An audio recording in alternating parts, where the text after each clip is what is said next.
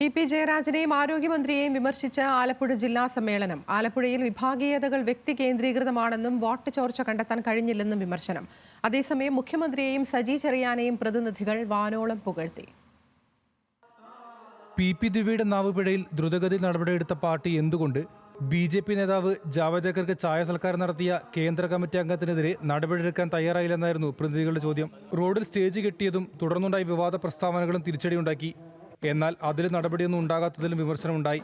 പാർട്ടിയിലെ ചില നേതാക്കൾക്ക് പ്രതിച്ഛായ ഭയമാണെന്നും സർക്കാരിനും പാർട്ടിക്കും പ്രതിസന്ധി ഉണ്ടാകുമ്പോൾ പ്രതിരോധിക്കാൻ ഇറങ്ങുന്നില്ലെന്നും പേരെടുത്ത് പറയാതെ വിമർശിച്ചു. ആലപ്പുഴയിലെ നേതൃത്വത്തിനെതിരെയും വിമർശനമുണ്ടായി. വോട്ട് ചോർച്ച തിരിച്ചറിയാൻ സാധിച്ചില്ലെന്നും ജില്ലയിൽ സംഘടനാപരമായ ദൗർബല്യം ജാഗ്രതക്കുറവും ഇതിന് കാരണമായി. ജില്ലയിൽ ചിലയിടങ്ങളിൽ വ്യക്തികേന്ദ്രീകൃതമായ വിഭാഗീയ തുരുത്തുകൾ ഇപ്പോഴുമുണ്ട്. ആരോഗ്യ വകുപ്പിനെതിരെ പരാതികൾ പെരുകുമ്പോഴും പരിഹാരങ്ങൾക്ക് ആരോഗ്യമന്ത്രി കാര്യമായി ഇടപെടാത്തത് ജനങ്ങൾക്കിടയിൽ അവമതിപ്പുണ്ടാക്കുന്നതായി വിമർശനമുയർന്നു. അതേസമയം മുഖ്യമന്ത്രിയും സജി ചെറിയാനെയും പ്രതിനിധികൾ ചർച്ചയിൽ വാനോളം പുകഴ്ത്തി. മുഖ്യമന്ത്രിയും കുടുംബത്തെ ലക്ഷ്യം വെച്ചുള്ള നീക്കങ്ങളെ പ്രതിരോധിക്കണമെന്ന് ചർച്ചയിൽ ആവശ്യമുയർന്നു. കുട്ടനാട്ടിൽ ഇപ്പോഴും വികസനം പ്രതിസന്ധിയിലാണ്. കുടിവെള്ളം പോലും ലഭ്യമല്ല. മുഖ്യമന്ത്രി ഇക്കാര്യത്തിൽ നേരിട്ട് ഇടപെടണമെന്നും പ്രതിനിധികൾ ആവശ്യപ്പെട്ടു. ഇന്നലെ നടന്ന പൊതുചർച്ചയിൽ പങ്കെടുത്തത് 15 പേരാണ്.